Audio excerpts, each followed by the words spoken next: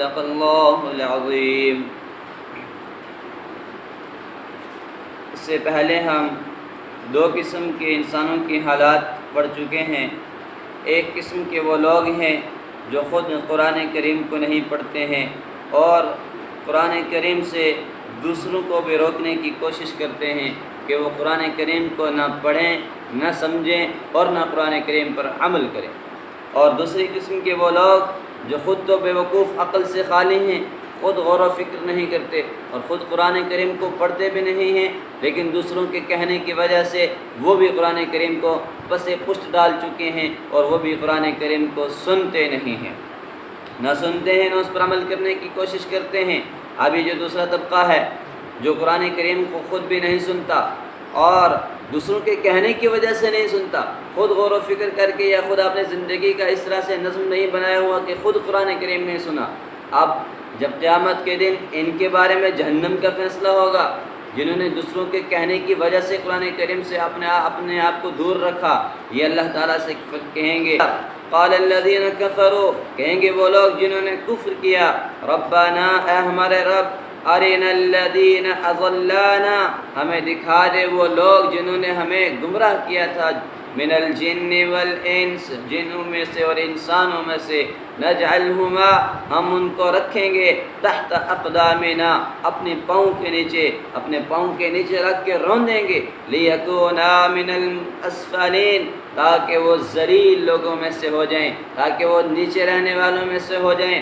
اللہ تبارک و تعالی کو جب یہ بات کہیں گے تو اللہ تبارک و تعالی ان سے کہیں گے کہ غلطی تو تمہاری بھی ہے، اس لیے کہ تم نے ان کی کیوں مانی، میری کیوں نہیں مانی، میرے نبی کی کیوں نہیں مانی، اللہ کی ماننی تھی، اللہ کے رسول کی ماننی تھی، بجائے اس کے کہ تم نے اس اللہ اور اس کے رسول کو چھوڑ کر کے ان لوگوں کی باتوں کو مانا۔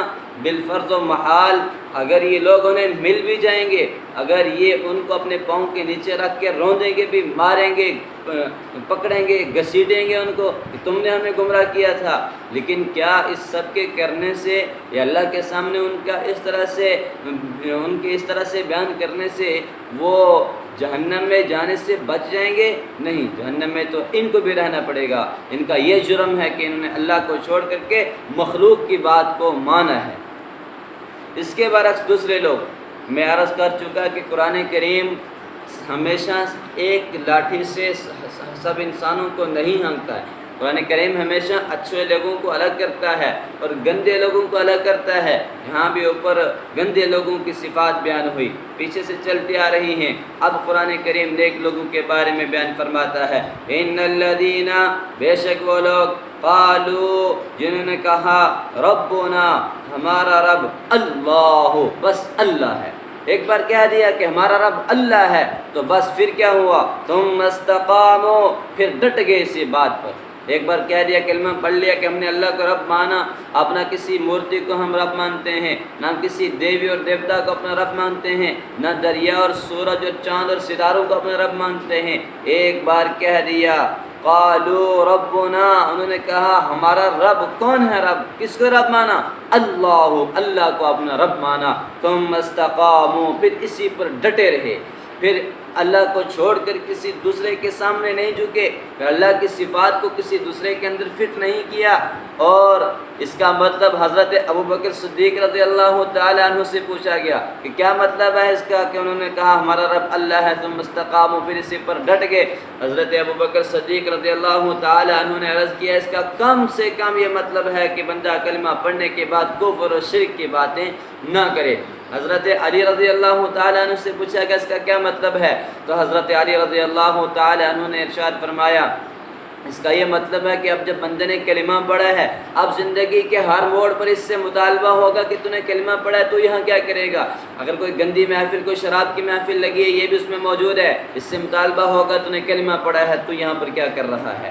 اگر وضو کرنے کے لیے انسان اٹھے گا تو اس سے مطالبہ ہوگا تو نے کلمہ پڑھا ہے، تو نے جس نبی کا کلمہ پڑھا ہے اس کی سنت وضو میں کس طرح سے وضو کرنے کی ہے۔ اگر مسجد کے اندر داخل ہوگا تو اس سے مطالبہ ہوگا تو نے کلمہ پڑھا ہوا ہے۔ مسجد میں آنے کی سنتیں کیا کیا ہے؟ اگر نماز کے لیے اذان ہو جائے گی اور یہ اس پارٹی میں بیٹھا ہوا ہے جو نماز چھوڑنے کے لیے تیار ہے، یہ اس پارٹی میں بیٹھا ہوا جو نماز کے وقت دنیا کے کاموں میں مشغول ہے، اب اس سے مطالبہ ہوگا تو نے اللہ کا کلمہ پڑھا ہے، اب تو اس وقت یہاں کیا کر رہا ہے؟ تو مسجد میں کیوں نہیں پہنچا؟ غرض ہے کہ دنیا کے انسانی زندگی کے ہر موڑ پر اس سے مطالبہ ہوگا کہ تو نے کلمہ پڑھا ہوا ہے، اب تو کلمے کے جو ہے کہ متعلقات پر عمل کر اور کلمے کے لوازمات کو پورا کر۔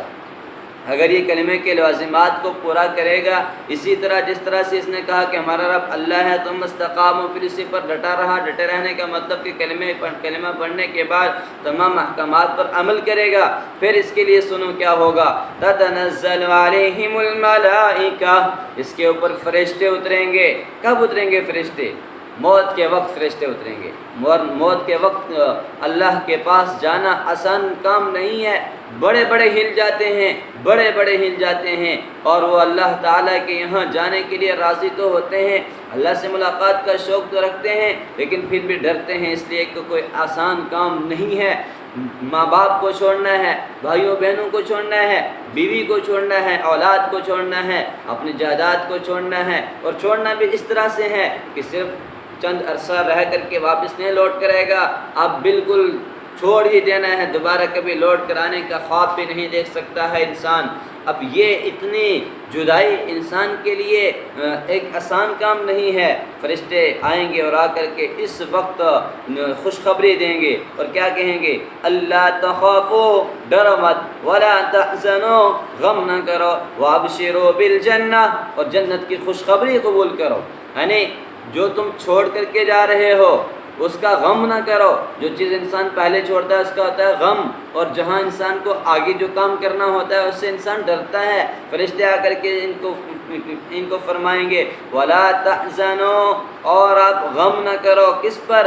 کہ جو آپ ماں باپ کو، اولاد کو، بیوی بچوں کو، دنیا کو چھوڑ رہے ہو، اس پر غم نہ کرو، اس لیے کہ اللہ تعالیٰ نے اس کا نعم البدل جنت رکھی ہے تمہارے لیے، اور سامنے جنت کا منظر ان کے سامنے آئے گا، اور ان کو موت کے وقت جنت کا دیدار کروایا جائے گا۔ وَلَا تَخَافُوا، اور آخرت کے حالات سے اب ڈرو مت، اس لیے کہ تم تو یہاں ابھی زندہ ہی ہیں اور اپنے سامنے اپنی جنت کو دیکھ رہے ہیں۔ وَأَبْشِرُوا بِالْجَنَّةِ، اور اس جنت کی خوشخبری قبول کرو، الَّتِي كُنتُمْ تُوعَدُونَ، جس جنت کا مسلسل تم سے وعدہ کیا جاتا تھا۔ اللہ اکبر! ایک تو موت کے وقت فرشتے اتر کے لیے خوشخبری دیں گے۔ اب دیکھیں، آپ نے بارہا دیکھا ہوگا کہ بعض لوگ ایسے ہوتے ہیں جو موت کے وقت کہتے رہتے ہیں، چیختے رہتے ہیں بچاؤ بچاؤ بچاؤ، اور ہم کہتے ہیں کس سے بچائیں، ہمیں تو کوئی نظر نہیں آ رہا، کس سے تم کو بچائیں۔ اور بعض اس طرح سے بھی ہیں کہ کہتے ہیں ہمارا وقت آ گیا بھائی، ہم جا رہے ہیں، السلام علیکم جیسے سلام کیا اور جیسے لا الہ الا اللہ محمد رسول اللہ پڑھا اور اللہ سے جا کر کے ملے۔ اور بعض ایسے بھی ہوتے ہیں کہتے ہیں ہٹو ہٹو، سائڈ ہو جاؤ، ہمارے مہمان آ رہے ہیں، اور اتنی خوشی خوشی سے ان کا چہرہ اتنا کھلکھلاتا ہوتا ہے کہ یقین ہی نہیں آتا کہ یہ مرے ہوئے ہیں۔ نافرمان انسان کی موت جب اس کے پاس آتی ہے، جتنی موت قریب آتی ہے اتنا اس کا چہرہ کالا ہوتا ہے، اس کا رنگ کالا ہوتا ہے، اس کا چہرہ بے نور ہوتا رہتا ہے۔ اور فرما بردار انسان کے جب موت کا وقت اس کے قریب آتا ہے اس کا چہرہ کھلکھلاتا ہے، اس کی خوشی سے اس کے چہرے پر نور آ جاتا ہے۔ اللہ تعالی ہمیں ان لوگوں میں سے بنائے جن کو موت کے وقت فرشتے آ کر کے خوشخبری دیں، اور جن کو فرشتے آ کر کے دلاسا دیں، اور جن کو فرشتے آ کر کے جنت الفردوس کی خوشخبری دیں۔ ایک تو موت کے وقت، دوسرا پھر قبر میں جب سوال اور جواب ہوں گے، من ربو کا، تیرا رب کون ہے، ما دینو کا، تیرا دین کیا ہے، اس وقت بھی فرشتے آ کر کے خوشخبری دیں گے۔ آپ پریشان نہ ہوں، غم نہ کریں، آپ خوش ہو جائیں، آپ جنت کی خوشخبری قبول کریں۔ اور پھر جب بگل بجے گا، اٹھو سارے قیامت کے میدان کے لیے، قیامت میں جمع ہونے کے لیے، جب اعلان ہوگا اس وقت بھی فرشتے آئیں گے، کیونکہ اس وقت بھی ابتری کا حال ہوگا، ہر ایک انسان ڈر اور خوف کے اندر کہ ملوث ہوگا، اس وقت بھی فرشتے آ کر کے خوشخبری دیں گے اور انہیں کہیں گے ڈرو مت، تم جنت کی خوشخبری قبول کرو۔ اور پھر میدان محشر کے اندر جب یہ پہنچیں گے اس وقت بھی فرشتے ان کے ساتھ آئیں گے۔ لیکن آئیں گی کیوں؟ کون ہو بھائی تم جو بار بار آ رہے ہو میرے پاس آ کر کے جنت کی خوشخبری دے رہے ہو؟ کون ہو تم؟ نحن اولیاؤکم، ہائے ہائے، نحن اولیاؤکم، ہم تمہارے دوست ہیں، ہم تمہارے دوست ہیں۔ کون سے دوست؟ فی الحیات الدنیا و فی الآخرہ، ہم دنیا میں بھی تمہارے دوست تھے، ہم آخرت میں بھی تمہارے دوست تھے۔ دنیا میں فرشتے کس طرح سے دوست بنتے ہیں؟ جب انسان کوئی نیک کام کرتا ہے، جب انسان کوئی ایسا کام کرتا ہے جس سے اللہ راضی ہوتے ہیں، پھر اللہ تبارک و تعالی حضرت جبرائیل علیہ السلام سے ارشاد فرماتے ہیں کہ جبرائیل مجھے فلاں بندے سے محبت ہے، تم بھی اس سے محبت کرو۔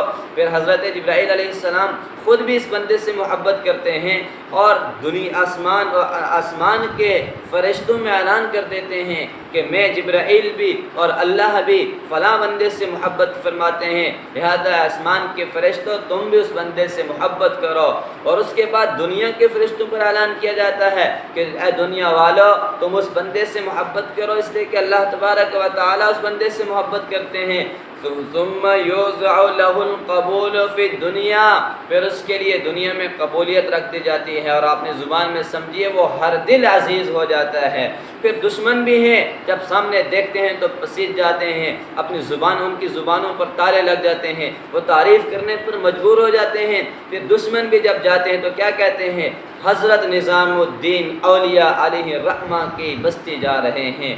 پھر دشمن بھی جب جاتے ہیں تو کیا کہتے ہیں؟ حضرت خواجہ معین الدین چشتی علیہ الرحمہ کے یہاں جا رہے ہیں۔ پھر دشمن بھی جب جاتے ہیں تو کیا کہتے ہیں؟ بابا غلام شاہ بادشاہ علیہ الرحمہ کے یہاں جا رہے ہیں، حضرت بابا غلام شاہ بادشاہ کے یہاں جا رہے ہیں۔ کون ان سے کہلواتا ہے؟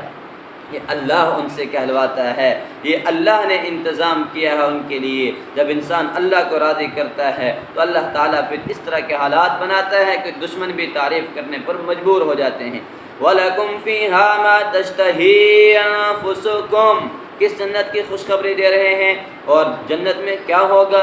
وَلَكُمْ فِيهَا، تم جنت کی خوشخبری قبول کرو جس جنت کا تم سے وعدہ کیا جاتا تھا۔ بار بار نماز پڑھو گے جنت میں جاؤ گے، روزہ رکھو گے جنت میں جاؤ گے، حج کرو گے جنت میں جاؤ گے، زکوٰۃ دو گے جنت میں جاؤ گے، بار بار اس کا وعدہ کیا جاتا تھا۔ اس میں کیا ہوگا تمہارے لیے وہ بھی سنو۔ وَلَكُمْ فِيهَا، اور تمہارے لیے ہوگا اس جنت میں ما، ہر وہ چیز تشتہی انفسکم، جس کا تمہارا دل چاہے گا، ہر وہ چیز ہوگی۔ وَلَكُمْ فِيهَا مَا تَدَّعُونَ، اور تمہارے لیے جنت میں ہر وہ چیز ہوگی جو تم مانگو گے۔ لیکن وہاں مانگنے کی فرصت ہی کہاں آئے گی؟ وہاں تو بس دل میں ایک ارادہ آئے گا اور اللہ تبارک و تعالیٰ وہ چیز عطا کر دے گا۔ یہاں ایک بات اور، اللہ تعالیٰ کا احسان، اللہ کا کرم، اس مالک کا ہم پر بے انتہا فضل ہے کہ اللہ تبارک و تعالیٰ نے جب جنت کے لیے خوشخبری دی اور کہا کہ تم جنت کی خوشخبری قبول کرو، اس جنت میں تمہارے لیے ہر نعمت ہوگی۔ لیکن اگر اللہ تبارک و تعالیٰ اس کے ساتھ یہ کہتے، جیسے کہ آج دنیا میں ہوتا ہے، اگر کوئی انسان کسی کو کوئی انعام کی چیز دے دے، کوئی خوشخبری دے دے، یا پھر اپنے گھر میں یوں سمجھے کہ دعوت کے لیے بلا لے، اور اس کے بعد کہ یار تیرے کرتوت تو اتنے نہیں تھے کہ تم میرے گھر آ کر کے کھانا کھا سکے، لیکن میں نے تجھ پر احسان کیا ہے، چل لے کھا لے، تو اگر وہ وازوان بھی کھلاتا ہے تو اس سے اچھا تھا کہ وہ مٹی بھی نہ کھلاتا، اس لیے کہ احسان کر دیا، اس نے احسان جتلا دیا۔ اللہ تعالیٰ کے نعمتوں کا ہم کس نعمت کا انکار کریں گے؟ اللہ تعالیٰ نے قرآن کریم میں ارشاد فرمایا ہے، میں تمہیں جنت دوں گا، اور وہ جنت جس کا تم سے وعدہ کیا جاتا تھا، اور اس جنت میں تمہارے لیے ہر ایک نعمت ہوگی، جس نعمت کی تمہارے دل خواہش کریں گے ہر وہ نعمت ہوگی۔ یہ جنت میں تمہیں کیوں دوں گا؟ نزلا من غفور الرحیم، مہمان نوازی کرنے کے لیے معاف کرنے والے اور رحم کرنے والے رب کی طرف سے۔ اللہ تعالیٰ ارشاد فرمائیں گے کہ یہ نہیں اللہ تعالیٰ فرمائیں گے کہ تمہارے اعمال اس قسم کے تھے نہیں، لیکن چلو میں نے تمہیں جنت دے دی۔ اللہ تعالیٰ فرمائیں گے یہ تمہارے دنیا میں محنت کرنے کا پھل ہے، یہ تمہاری دنیا میں نیک کام کرنے کا پھل ہے جو میں تمہیں جنت کی شکل میں عطا کر رہا ہوں۔ یہ اللہ کا احسان ہے، ورنہ کہاں ہمارے اعمال اور کہاں اللہ کی جنت ہے۔ اللہ اپنے احسان سے، اللہ اپنے فضل اور کرم سے ہی عطا کرے گا جو عطا کرے گا۔